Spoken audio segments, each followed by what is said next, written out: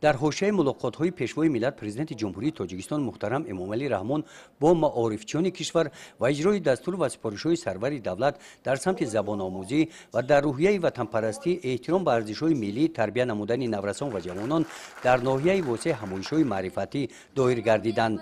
ملاقات‌ها در دایره نقشه چاره‌بینی‌های مقامات اجرایی حاکمیت دولتی ناحیه واسع براه مانده شدند. در همبستگی با شعبه معارف ناحیه همین گونه ملاقات در دهات گلستان با ساکنان با زبان آموزی نورسان دهات آغاز گردید.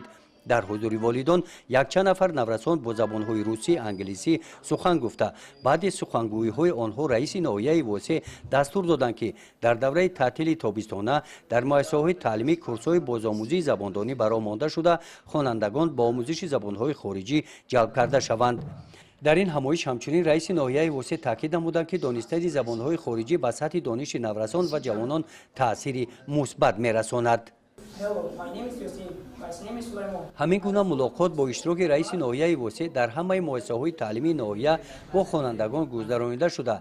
تاکیدهای سرور دولت به سهم آموزگاران و خوانندگان والدان خوانندگان رسانیده شدند. با تشبث به واسطه اساسات وحدت ملی پیشوای معظم ملت من امسال طریق کوتای پرزیدنتی و دانشگاه دولتی کلاب در اختصاص زبان و ادبیات روز داخل شدم و وعده می‌دهم که بعد ختم دانشگاه همچون آموزگار شاگردانم را در راه و تندرستی و خودآگاهی تربیت می‌نمایم.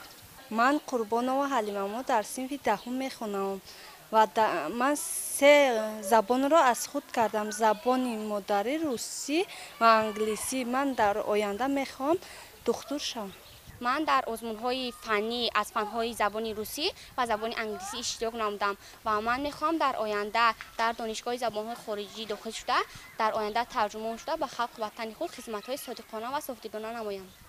همایشی که در دهات بادام رودکی با اشتراک آموزگاران مؤسسه‌های تعلیم حدود این دهات دایر کرده شد در دوره همین موضوع بخشیده شده. در برابر زباندانی از اشتراک خوانندگان مؤسسه‌های تعلیمی ناحیه در آزمون‌های فنی سطح جمهوری نتیجه گیری کرده شدند. گزارش خواجه نظریف خدای نظر ظهوروف از ناحیه واسع برای برنامه اطلاعاتی نوید.